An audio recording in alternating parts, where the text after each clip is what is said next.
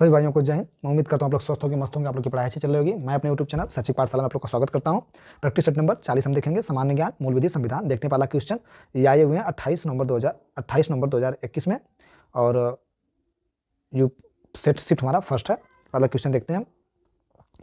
निम्नलिखित में से किस संगठन ने वैश्विक वेतन रिपोर्ट 2020 जारी की थी? विश्व आर्थिक मंच, अंतर्राष्ट्रीय व्यापार संघ परिषद, विश्व व्यापार संगठन, अंतर्राष्ट्रीय श्रम संगठन। विकल्प हमारा 4 से हो जाएगा अंतर्राष्ट्रीय श्रम संगठन। वैश्विक वेतन रिपोर्ट 2020 को अंतर्राष्ट्रीय श्रम संगठन द्वारा 2 दिसंबर 2020 को प्रकाशित किया गया था। अगला क्वेश्चन, महात्मा गांधी काशी विद्यापीठ विश्वविद्यालय उत्तर प्रदेश के निम्नलिखित में से किस जिले में स्थित है? तो महात्मा गांधी काशी विद्यापीठ वाराणसी जिले के उत्तर प्रदेश में स्थित है। विकल्प हमारा 2 से हो जाएगा, बनारस हमारे बगल में। अगला क्वेश्चन देखते हैं। भारतीय संविधान में ऐतिहासिक 73वें और 74वें संशोधन को अधिनियमित करने के दौरान भारत के प्रधानमंत्री कौन थे? Rajiv Gandhi, VP Narasimha Rao, VP Singh, IK. Gujral. 73 का विकल्प हमारा 43 का विकल्प हमारा 2 हो जाएगा, वीपी नरसिम्हा राव। भारतीय संशोधन 73वां 74वां के संशोधन के दौरान प्रधानमंत्री वीपी नरसिम्हा राव थे। ठीक, वीपी नरसिम्हा राव 21 जून 1991 से 16 मई से लेकर 1996 तक उस समय के प्रधानमंत्री रहे थे। ठीक, खाली स्थान के तहत सूचना का अधिकार अधिनियम यह प्रावधान करता है कि यदि व्यापक जनहित में किसी प्रकार के प्रकटीकरण की आवश्यकता होती है तो किसी व्यापार रहस्य को पेंसिल सेलेक्ट कर लें, रहस्य को प्रकट किया जा सकता है। धारा 8 फर्स्ट एच में, धारा 8 के फर्स्ट के एफ में, धारा 8 फर्स्ट के ई में, धारा 8 के फर्स्ट के डी में। विकल्प हमारा 4 हो जाएगा, धारा 8 के फर्स्ट के डी में। ठीक है, जब सूचना का अधिकार अधिनियम 2005 की धारा 8 फर्स्ट के सूचना प्रकटीकरण से छूट संबंधित है। इसमें कहा गया है किसी भी नागरिक को ऐसी सूचना जो व्यक्तिगत सूचना संबंधित है, जिसका प्रकटन किसी लोक क्रियाकलाप या हित संबंध नहीं रखता है, या जिससे व्यक्ति की एकांतता पर आवश्यक अतिक्रमण हो, तब तक को ऐसी सूचना का प्रकटन विस्तृत लोकहित में नियोजित किया जाता है। ठीक है, अगला क्वेश्चन देखते हैं। निम्नलिखित संस्थानों में से किसे बंदी प्रत्यक्षीकरण हैबियस कार्पस याचिका जारी करने का आदेश है? ग्राम न्यायालय को, जिला न्यायालय को, उच्च न्यायालय को। विकल्प हमारा 3 से हो जाएगा, उच्च न्यायालय को। ठीक है, हैबियस कार्पस याचिका जारी करने का अधिकार किसको है? उच्च न्यायालय को। विकल्प 3 सही है। अगला क्वेश्चन देखते हैं। भारत में प्रकाशित प्रथम समाचार पत्र कौन था? तो भाई भारत में प्रकाशित प्रथम समाचार बंगाल गैजेट था। ठीक है, अगला क्वेश्चन देखते हैं। बंगाल गैजेट एशिया और भारतीय उपमहाद्वीप पर प्रकाशित होने वाला पहला अंग्रेजी भाषा का समाचार पत्र था। अगला क्वेश्चन देखते हैं। OLI सिद्धांत को भी कहा जाता है उच्चतम बाजार परिकल्पना, सामरिक संबंध सिद्धांत, उदार प्रतिमान, लेन देन लागत दृष्टिकोण। विकल्प हमारा 3 से हो जाएगा, उदार प्रतिमान। अगला क्वेश्चन 48। निम्नलिखित में से कौन सा संसदीय प्रक्रियाओं के क्षेत्र में एक भारतीय नवाचार है? प्रश्नकाल, स्थगन काल, शून्यकाल। विकल्प हमारा 3 से हो जाएगा, शून्यकाल संसद सदस्यों के लिए बिना किसी पूर्व सूचना के मामलों का उठाने हेतु उपलब्ध या एक अनौपचारिक उपकरण है और प्रक्रिया के नियमों से इसका उल्लेख नहीं है। संसदीय प्रक्रिया के क्षेत्र में यह एक भारतीय नवाचार है। ठीक, अगला क्वेश्चन देखते हैं। निम्नलिखित में से कौन सा एक यूनेस्को विश्व धरोहर स्थल है जो तमिलनाडु में स्थित है? पहला है अजंता गुफाएं, ये तमिलनाडु में है ही नहीं। हम्मी की स्मारक समूह, कोणार्क मंदिर, महाबलीपुरम में स्मारकों का समूह। विकल्प हमारा 4 से हो जाएगा, महाबलीपुरम में स्मारकों का समूह। तमिलनाडु के महाबलीपुरम में 7वीं और 8वीं शताब्दी के धार्मिक स्थलों का एक संग्रह है। ठीक, अगला क्वेश्चन देखते हैं। इस स्मारक का जो निर्माण पल्लव वंश के शासनकाल के दौरान कराया गया था। ठीक है, क्वेश्चन नंबर 50। निम्नलिखित में से किस समूह को दक्षिण एशियाई नाटो कहा जाता है? दक्षिण पूर्व एशियाई राष्ट्र संघ, संघीय एशियाई संगठन, चतुर्भुज सुरक्षा संघ, ब्रिक्स। तो 50 का विकल्प हमारा 3 से हो जाएगा, चतुर्भुज सुरक्षा संगठन। क्वाड या चतुर्भुज सुरक्षा वार्ता को एशियाई नाटो के रूप में भी जाना जाता है। ठीक, क्वाड समूह में जापान, अमेरिका, ऑस्ट्रेलिया और भारत शामिल है। अगला क्वेश्चन देखते हैं। क्वेश्चन नंबर 51 तो पूरा मिट ही गया है, फिर भी कोशिश करते हैं। लिखा है कि सांप्रदायिक सद्भावना के लिए राष्ट्रीय फाउंडेशन NFCH के अंतर्गत एक स्वायत्त संगठन है।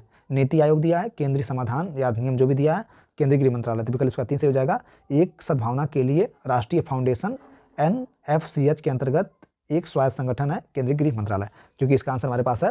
सांप्रदायिक सद्भावना के लिए राष्ट्रीय फाउंडेशन NFCH गृह मंत्रालय के अंतर्गत एक स्वायत्त संगठन है। इसकी स्थापना 9 फरवरी 1992 को 19 फरवरी 1992 को सोसाइटी पंजीकरण अधिनियम 1960 के अंतर्गत की गई थी। अगला क्वेश्चन देखते हैं। तापमान मापने के लिए उपयोग में लाए जाने वाला एक उपकरण है? Eudiometer, burette, anemometer, thermometer. विकल्प हमारा 4 से हो जाएगा, थर्मामीटर। तापमान मापने के लिए थर्मामीटर एक ऐसा उपकरण है जो तापमान को इंगित करता है। ठीक है, अगला क्वेश्चन देखते हैं। ट्रोजन का एक उदाहरण है malware, operating system, firewall, antivirus. 53 का विकल्प हमारा फर्स्ट हो जाएगा मालवेयर। ट्रोजन हॉर्स या ट्रोजन एक प्रकार का मालवेयर या दुर्भावनापूर्ण कोड है, सॉफ्टवेयर है जो देखने में वैध लगता है लेकिन कंप्यूटर को नियंत्रित कर सकता है। ठीक, अगला क्वेश्चन, भूमि अधिग्रहण पुनर्वास और पुनर्स्थापना अधिनियम 2013 में उचित मुआवजे और पारदर्शिता अभिनीति के तहत 19 के तहत घोषणा के, समझ में नहीं आ रहा, चलिए देखते हैं। भूमि अधिग्रहण पुनर्वास पुनर्स्थापना अधिनियम 2013 में उचित मुआवजा और पारदर्शिता का अधिकार की धारा 19 पुनर्वास पुनर्स्थापना की घोषणा और सारांश के प्रकाशन से संबंधित है। ठीक है,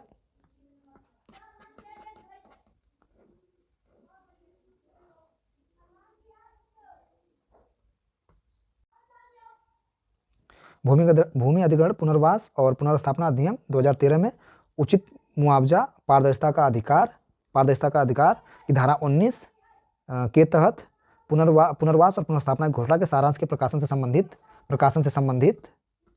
देखते हैं क्या, प्रकाशन से संबंधित तिथि से की अवधि के भीतर कलेक्टर फैसला सुनाएंगे। तो एक बार और आया हुआ, इसमें 12 महीना होगा। ठीक है, 12 महीना अवधि के भीतर इस धारा के अनुसार कलेक्टर घोषणा के प्रकाशन की तारीख से 12 महीने के भीतर प्रोत्साहन की राशि प्रदान करेंगे। ठीक, विकल्प हमारा 2 सही है। अगला विकल्प हमारा फर्स्ट सही है। अगला देखते हैं, निम्नलिखित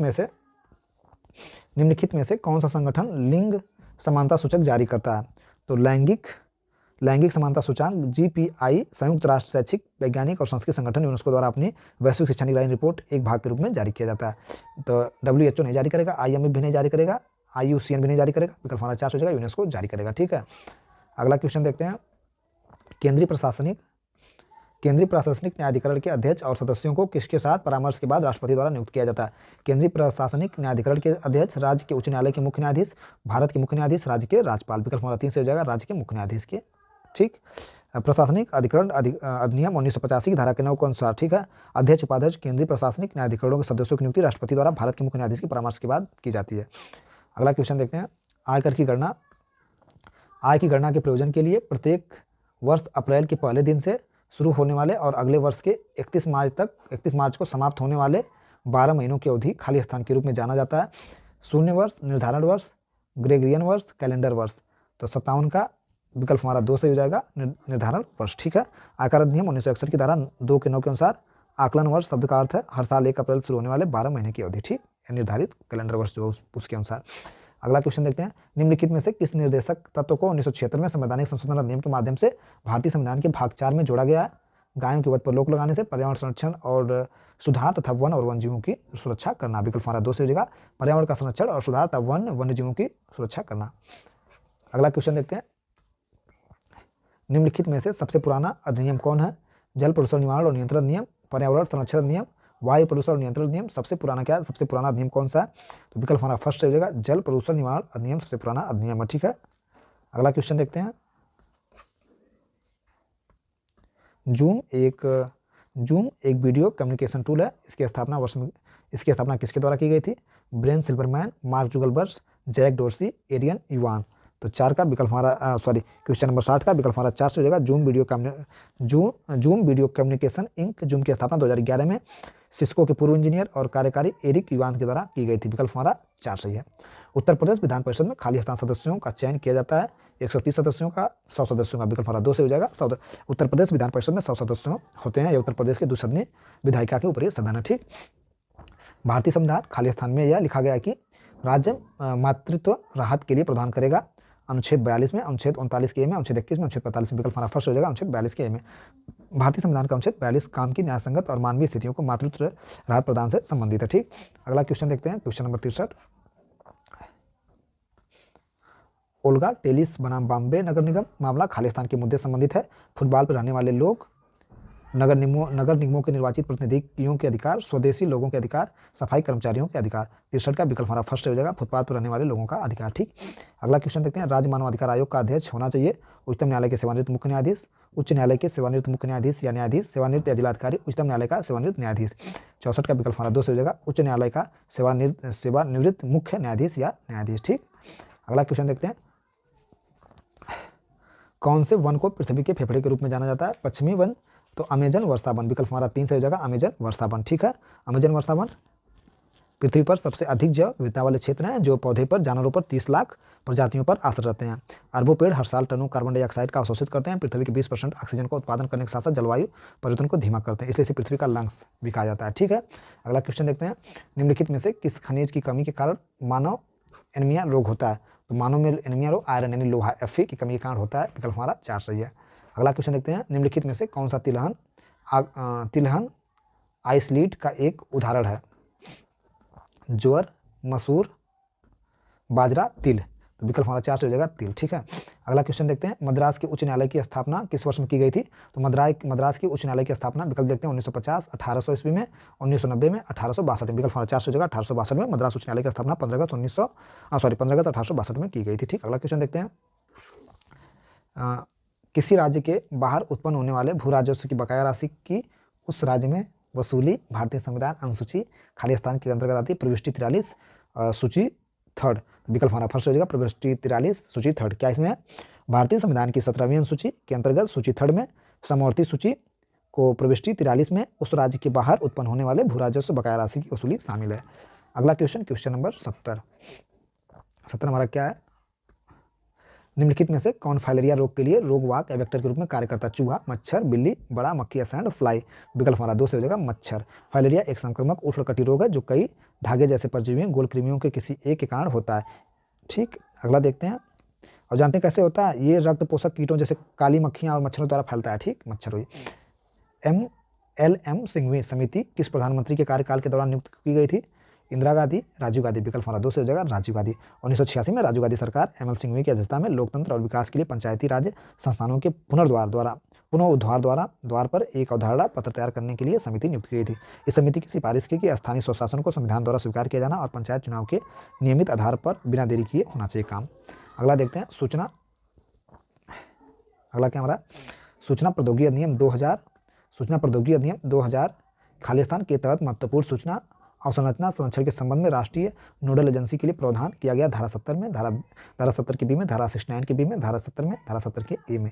विकल्प हमारा 4 से हो जाएगा धारा 70 के ए में। अगला क्वेश्चन देखते हैं। किसी भी व्यक्ति की प्रतिष्ठा को नुकसान पहुंचाने के उद्देश्य से जालसाजी अपराध होता है? खालिस्तान, असंज्ञेय और गैर अपराध जमानती, असंज्ञेय और गैर जमानती अपराध, संज्ञेय और गैर जमानती, संज्ञेय और जमानती, असंज्ञेय और जमानती। किसी व्यक्ति की प्रतिष्ठा को नुकसान पहुंचाने के लिए जालसाजी अपराध होता है। एक प्रकार का ये होगा संज्ञेय और जमानती अपराध। ठीक है, असंज्ञेय नहीं होगा। अगला क्वेश्चन देखते हैं। Question number 74। दिनेश गोस्वामी की अध्यक्षता में निर्वाचन सुधारों पर एक समिति का गठन किस वर्ष में किया गया था? 1995 में, 1990 में, 2000 में, 1999।